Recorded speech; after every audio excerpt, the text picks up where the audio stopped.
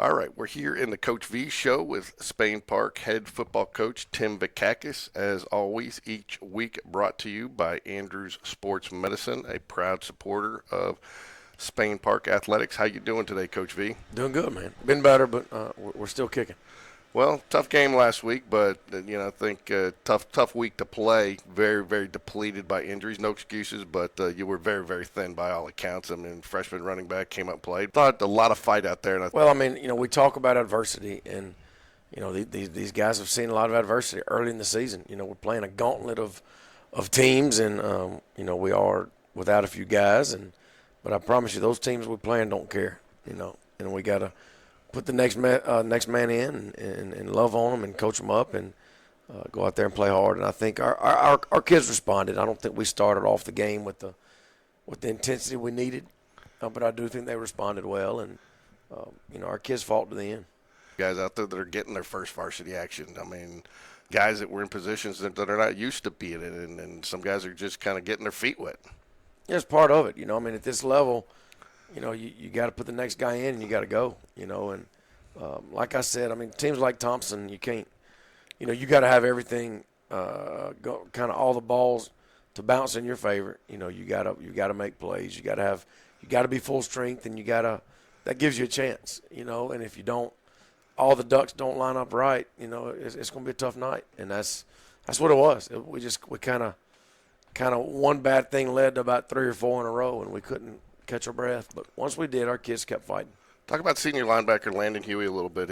Saw him as we were filming the game, going side to side as a linebacker. Calling out plays, getting some of those younger players into position. What do you talk about his leadership and what he's meant to your defense this year? Yeah, well, Huey, I mean, he's played a lot of football.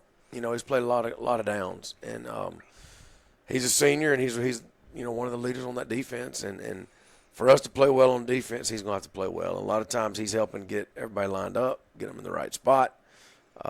And he played really hard the other night, and he made a lot of tackles, like you said, sideline to sideline.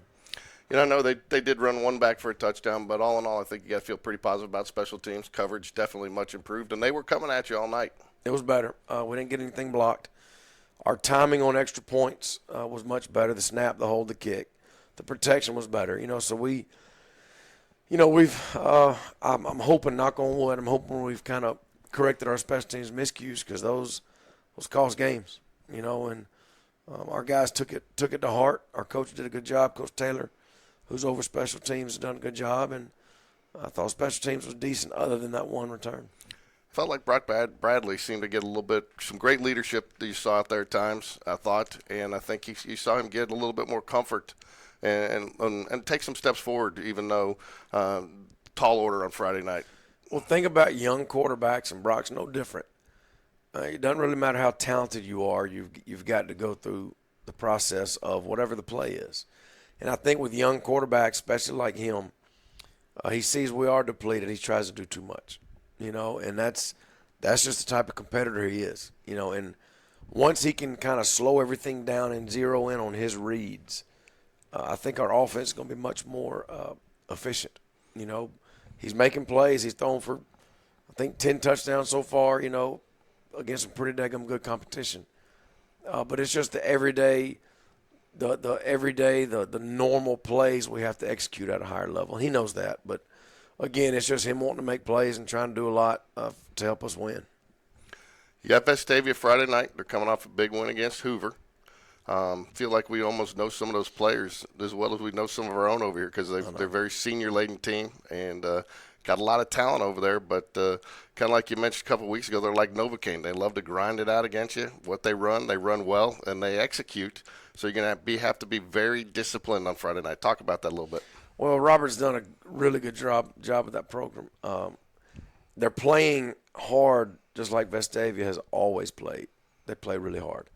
But on top of that, what they do on offense and defense is just, I mean, it's a nightmare for coaches to prepare for. It's just so many things, so many little wrinkles they have, and they just try to cause chaos on both sides of the ball. And they try to outnumber you on offense, and defense try to just confuse you, and they got really good players that play really hard. So it's going to be a big atmosphere for our kids. Another one, we've had 2 in a row, about to have another one. and it's going to be a heavyweight fight. I just hope we're still standing in the 12th round. What do you have to do for the mindset of your players? Because really, you're still at a point where you can control your own destiny. So you come off of 2 losses, but you really come off of 2 of the hardest opponents you're probably going to face. In Vestavia, still not dismissing what you're going to see in Vestavia, but you control your own destiny. So you almost want to get a mindset that you reset, and it's basically a 0-0 season, and you start over going forward here. What's the mindset you want to get for your players here going forward from this point? Yeah, I think the biggest thing our kids have to do, and we keep telling them this week, because we're off next week, we got to buy. We've got to get everybody to drain that rock. Try to get every ounce of whatever we have in the tank left. Whoever's playing whatever position because of injuries, like whatever happens, let's rally the troops this week and give everything you have to each other. And next week is going to be a good time for us to kind of catch our breath, and it's going to be an off week in terms of no game. It's going to be a light week of practice. Just give each other what you've got. Not, we're not asking them to give it to us as coaches. It's not give our coaches. Give each other everything you've got this week. And let's see what happens Friday night. Let's go out there and start swinging. Get off the bus swinging. And let's just see. Hopefully get a couple guys back for Friday and, and just stay positive, because it's a heck of a run we're in right now. Like I said, it's a storm cloud over our head and beat down on us. We got to keep fighting. We worked too hard to get into some adversity and to fold. And our coaches aren't folding, and we're not going to let our kids. Keys to the game this week. We got to control the football. We have to get off the field on 3rd downs because they'll 4th and 2 is nothing to them. They'll go for it. So we've got to try to get them behind the sticks. Because they do such a good job of not having negative plays. On defense, vice versa, they try to force negative plays. They try to get you behind the chains, and you might have 2 or 3 good plays in a row. They're going to get you to jump off sides by jumping and shifting and pre-snap movement and. So they just do a lot of different things that make it hard to be consistent. But we're going to have to figure out a way to be consistent. Also, special teams, we can't have any more breakdowns. I think that's the last 2 games we have forced a fumble on kickoff. So our kids are getting after. They're playing hard. We've got to play well. To compete in games like this, if you play hard, you got a chance. But you have to play well. So we're going to keep swinging with these kids. We're going to be right there in the rabbit hole fighting with them, and hopefully we can get this thing figured out and get some guys healthy and start swinging. What's Jonathan Bibbs meant to your team offensively? He seems to have elevated his game as receivers have gone out. He's going to have to, and he knows that. Sometimes he gets a lot of reps in practice, and we're trying to save his legs. Because he's going to have to play well on Friday nights for us right now. And he's responded pretty well. He's had a bunch of catches these last few weeks, and he's a talented kid, and I think he's helping himself in terms of the future. I think he's going to start getting some offers that he doesn't currently have. But in the meantime, I think he's helping our program stay afloat. So Bibbs means a lot to us right now. And finally, without tipping your hand or talking about any specific players, how do you feel about your team health-wise going into Friday night? We'll see. I think our heart and soul's been beaten down a little bit, But physically, I think we're going to get a couple guys back. Maybe I know a couple of them will not be back, but look, that's life. We got to get next man mentality. Whoever we put in there, we expect them to do the job and. Everybody rally around the guys that are in, and I feel like our kids are going to come out and play hard. I think it's very important to them to play well, and like I said, we're going to be right there with them, swinging with them. Well, Coach, we wish you the best of luck Friday night. We're on the road. We want as many students and Jag fans out there in the stands because I know it's meant a lot to the team and it's kind of helped elevate them in key moments. So good luck and go Jags. Thank you. Go Jags. Welcome to Game Day Sports Radio. Today I am joined by senior linebacker at Spain Park, Jack Kendrick. I guess really can't call you a senior linebacker at Spain Park anymore, but why don't you tell the folks about what's kind of happened to you in the last 2 weeks here? It's been pretty exciting. So I found out like a week or 2 ago that I'll be playing football at Tennessee Tech University. And you'll be playing what position? Strong safety. Now, talk a little bit about that because it's something, I know all the way back into the fall is something that you were trying to aspire to, is to get to play at the next level. And you worked really hard to get there, but it didn't materialize necessarily as quick but you never gave up. So talk a little bit about how you kind of continued to grind it out to get this opportunity. Yeah, so that was always the goal from the very beginning, was to play at the next level. And I mean, I worked really hard, like through my years at Spain Park, to try to achieve that. And there were several opportunities that we had kind of hoped would work out that ended up not working out. So I mean, I had to kind of come to peace with the fact that I might not play again. But this opportunity kind of came up at the last minute, and it was something I was really excited to do, and I'm really excited about it. The rumor is, though, you never really gave up on your hope, even though, National Signing Day comes, and even then you see some offers kind of trickle. But the rumor is that you've been working out like you're playing next year already up until graduation day when you found out you might get a visit. Is that true? Yes. I mean, I really just wanted to be ready in case the opportunity presented itself, because I knew if something happened and the opportunity came and I wasn't ready, that I'd regret it, a great deal.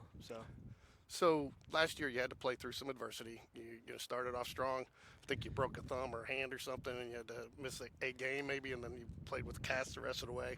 But kind of learned to overcome that. How did that maybe help you through this process, overcoming that adversity in the fall on the field to continue to pursue your dream? Well, I didn't miss any games. I had surgery the Tuesday before we played Hoover, and I didn't practice at all that week, and was able to play Friday. I was in some pain, but I think it really helped me learn how to have mental toughness and just kind of put what I was feeling to the side and do what needed to be done. Coach V comes in last year, and one of the biggest things he stressed was strength and conditioning, get stronger. How much of an impact did that have on you being able to reach the next level? I think it really did help me. Being stronger just gives you a lot more confidence when you're on the field, because you don't feel like people are going to push you around, like you're the one hitting, like you're the one giving the blow instead of receiving it. So that just makes you play with more confidence. Any teammates, to help you through this process, and keep when you got down just a little bit, push you just a little bit, say you got this, maybe just keep going? I mean, really, all my teammates through the years have been, a big part of where I'm at today. I wouldn't say I didn't tell a whole lot of people what was going on until it was really materialized. So a lot of people didn't really know what was going on with the whole college thing. So mom and dad, I assume, are happy?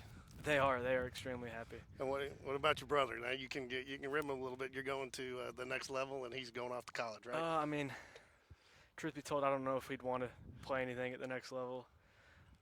But it's going to be weird not being in the same place as him, because I've lived with him my whole life. So it's going to be weird being about 6 hours apart.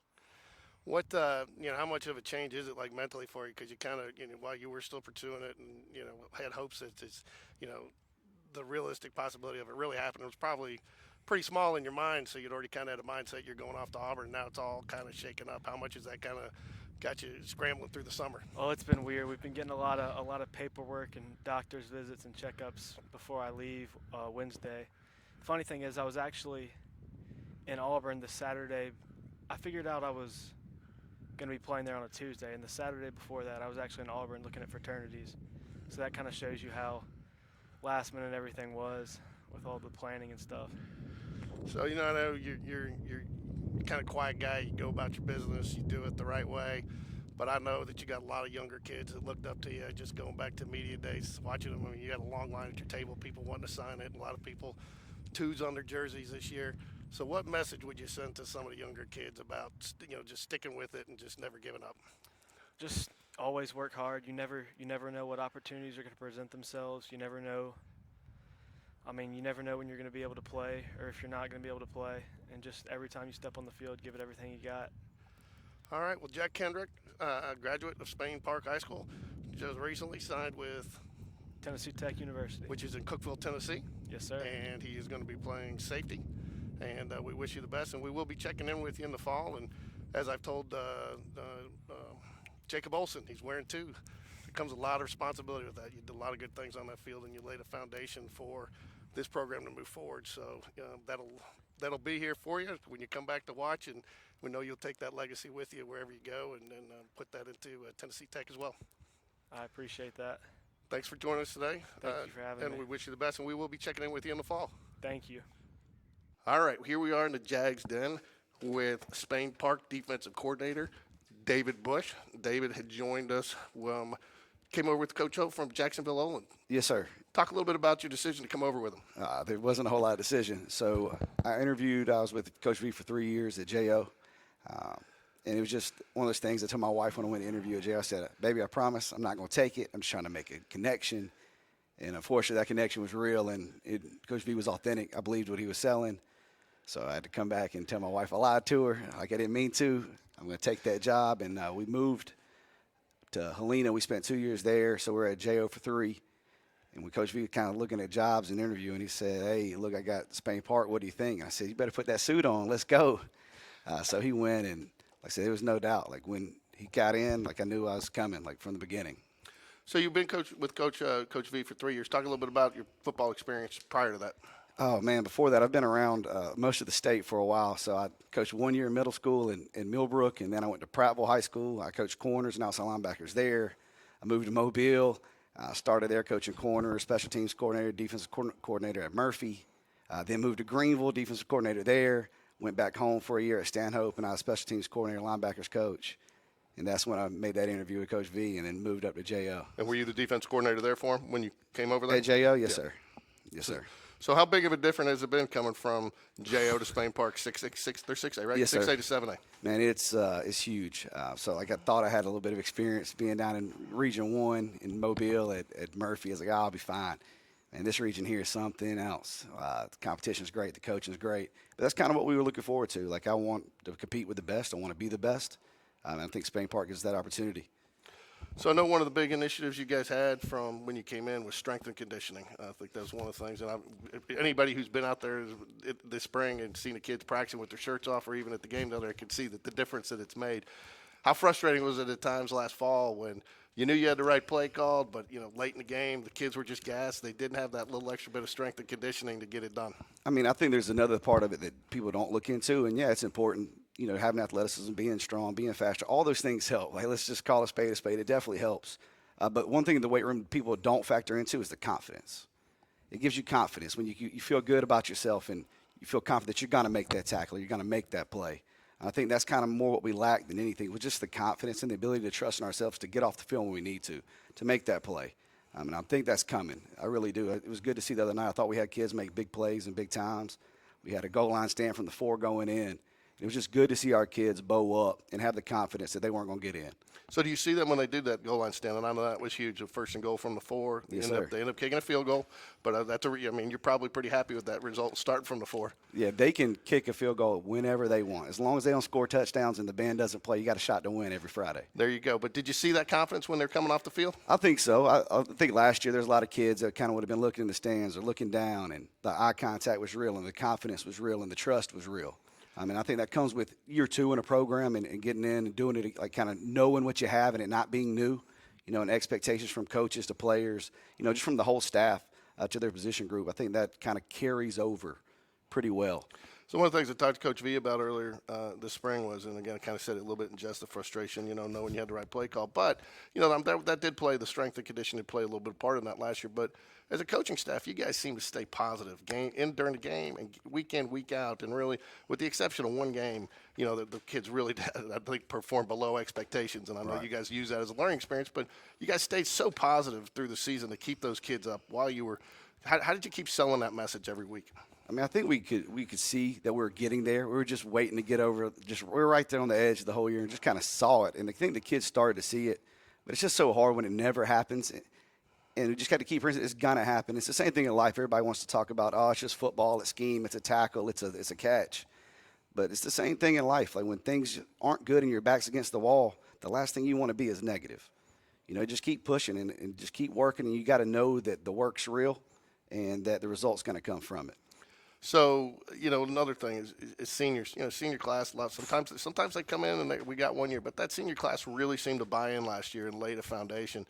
And, you got some guys this year taking those jersey numbers. Seemed almost like they played a little bit elevated, like they almost realized those guys were kind of behind them and kind of set an expectation. Do you feel the same thing when you're out there? I think so. I mean, that senior group last year, defensively, man, they were outstanding. And it's going to be hard to replace them. You're talking about replacing 3 linebackers, and you're replacing Brian, and you're replacing Caldwell up front. And then you got a kid like Clee who came in and did everything he's supposed to do. So there's just so many good players, and Alex Smith in the back end and Stoff in the back. So these guys, they really bought in, and they kind of jumped into what we were given, and the scheme is very different.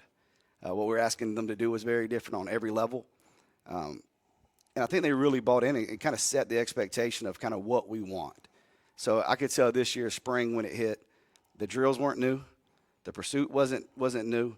And that was the one thing I could really tell on Friday night was I thought our kids came in, we played hard, and we did all the, I guess not really easy stuff, but all the things that don't require talent very well. Like we ran to the ball. We talked. We lined up correctly. We communicated. Those things to me are great signs and indicators of where we're headed. I think so. I think they just know it's coming. I think they expect to be great, and that's a huge thing. When you believe it and you know what you have and you trust yourself and you trust your partner and you trust your brother around you, it really starts to build that whole program, that whole foundation. So take it all the way back to the beginning, which, trust me, I've been with Coach V for a long time. The weight room, goodness, it used to wear me out because we're going to lift. These kids are going to lift, and it used to bother me. But you realize that you're teaching resilience and you're teaching the ability just to keep going. Like you're tired, you want to tap, don't tap. And I think the weight room also carries all the way over to the field, is where they got a first down. And so what? Like, we're still in, let's ride. And it was good to see all of those things, come to light on a Friday night in front of some fans in the stands. I talked to a few players about you, and I'm not going to tell you which ones, but they all said they all love you. All right, they all love you, but they also said, yeah, you're fair. But you're not going to cut them any slack, and you push them as hard as you push them. But they also said you kind of know when to push and when to and when to give them that, maybe a little bit of love when they need it. So I mean, I know you don't have any kids of your own, but you got 80 kids out there. Right. Do you feel like do you feel like I guess you're one of the things that's you're so strong in your coaching style is you can kind of read each kid and know kind of what they need at certain times? I mean, I think that's the ultimate goal of all of us is we want to make sure we can pull the right string at the right time. I'd love to say I always have it right, but I know I don't. I do think I'm fair. I don't think it's easy. And the number one thing I want to be for these kids is consistent. I want to be consistent. I show up every day. I want to be the same me every day. Is it easy for them to take some days? No. Do they know I love them? Gosh, I hope so, because I dang sure do. No, that was the message. They said you're going to push them, but they know you got their best interest in mind, which I think is one of the best compliments a coach can get, and especially Absolutely. a great compliment you get just being here for a year. Yes, sir. You teach career prep here? Teach career prep. I teach a health science, and I teach 2 healths. Okay. Last question I got for you. Parent, fan, somebody's going to walk away from the game on Friday night. What's the one word that you want them to use to describe your defense from that game? Tough, relentless. I know you said one. I got a bunch of them.